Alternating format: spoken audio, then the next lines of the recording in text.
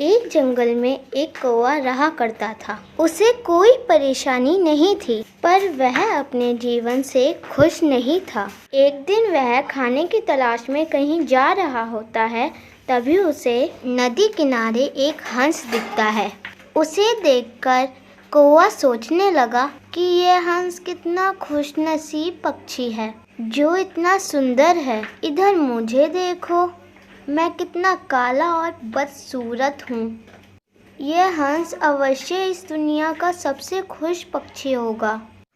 वह हंस के पास गया और उससे बोला, तुम तो इस दुनिया के सबसे खुश पक्षी होगे ना?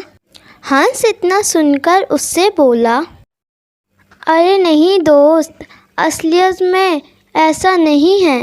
पहले मैं भी सोचता था कि मैं इस दुनिया का सबसे सुंदर और खुशनसीब पक्षी हूँ और बहुत खुश था। लेकिन एक दिन मैंने तोते को देखा जिसके पास 2 रंग हैं। उस दिन के बाद से मुझे लगने लगा कि वही इस दुनिया का सबसे खुश पक्षी है। हंस की बात सुनकर कौवा तोते के पास गया और उसने उससे पूछा, क्या तुम इस दुनिया के सबसे खुश पक्षी हो? तोते ने जवाब दिया, मैं तो खुशी से अपना जीवन व्यतीत कर रहा था जब तक मैंने मोर को नहीं देखा था। पर अब मुझे लगता है कि मोर से सुंदर तो कोई पक्षी हो ही नहीं सकता। मोर ही सबसे सुंदर और खुश पक्षी है। तोते की बात सुनकर वह मोर की खोज में निकल गया।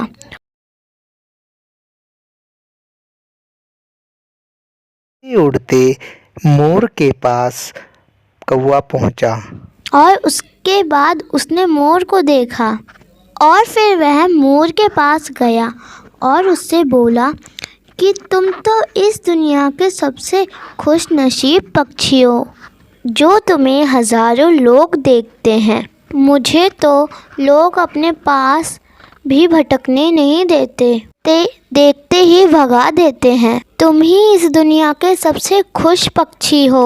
वह बोला कि मुझे अपनी सुंदरता पर बहुत घमंड था।